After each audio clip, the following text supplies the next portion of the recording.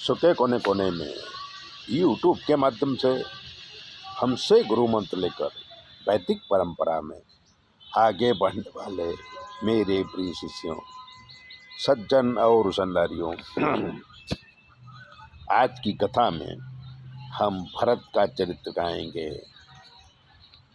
कि माटी का ये मानव प्राणी, माटी की है दुनिया, माटी पर माटी के हक से घबराना क्या भैया।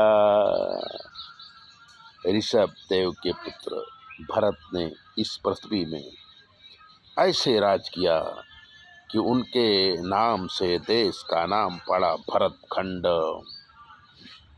वृद्धावस्था में राज्य पुत्रों को सौंपकर भरत वनवासी बने, गंडकी नदी के किनारे आश्रम बना के रहने लगे और ईश्वर की आराधना करने लगे।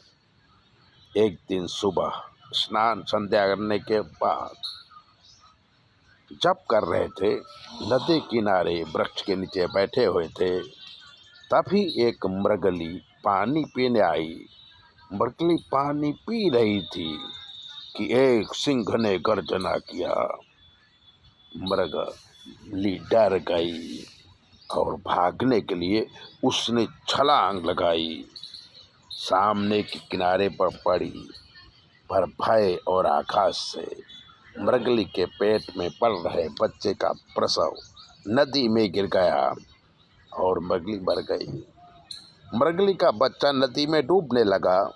भरत जी को दया आई और उन्होंने बच्चे को बाहर निकाल करके माँ बीना के बच्चे को आश्रम में ले आए और उसकी सेवा रोज करने लगे। जंगल से कोमल घास ला के खिलाते, कोई हिंसक प्राणी उस पर हमला न करे इसका ध्यान रखते, उसके शरीर में हाथ घुमाते, खूब प्यार करते। मुनि का समय ज़्यादा से ज़्यादा मृग के बच्चे के पीछे जाने लगा। मृग के प्रति भरत जी को इतना स्नेह हुआ कि भरत जी सोचते कि इस अनाथ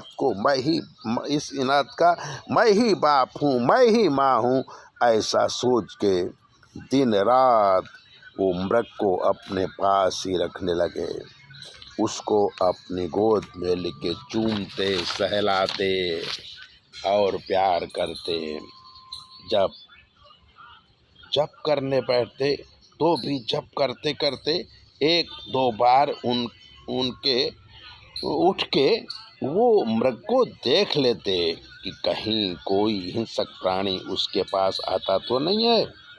इस प्रकार मुनि ईश्वर को भूलकर मृग का ही विचार करने लगे। ऐसा करते करते मुनि का अंतिम समय आया।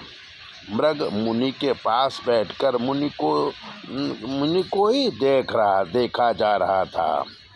मुनि ने सोचा कि मेरी मृत्यु के बाद इस मृग का क्या होगा, इसकी रक्षा कौन करेगा। ऐसा सोच वो दुखी हो रहे थे और ईश्वर को भूल गए। अंत समय मृग का ही ध्यान स्मरण कर रहे थे और प्राण छूट गए। तो भरत को दूसरे जन्म में मृग का शरीर प्राप्त हुआ। अंत समय हम जो भी विचार करते हैं, दूसरे जन्म में हमें वही प्राप्त होता है। इसलिए जन्म जन्म मुनि जतन कराही, अंतराम कहियावत नाही। तो जीव को आदत डालो प्रभु भजन की, ताकि अंत समय हम प्रभु में मिल सकें। ऐसी ही बातें जानने के लिए चैनल को सब्सक्राइबर कर दीजिए, लाइक कर दीजिए। और अगर आपको ज्योतिष का कोई प्रश्न है तो 9825200108 पर फ़ोन करके कुछ भी पूछिए, हम आपको बताएंगे कि आपके जीवन में क्या कमी है और आपको क्या करना चाहिए। चैनल सब्सक्राइबर ज़रूर करें।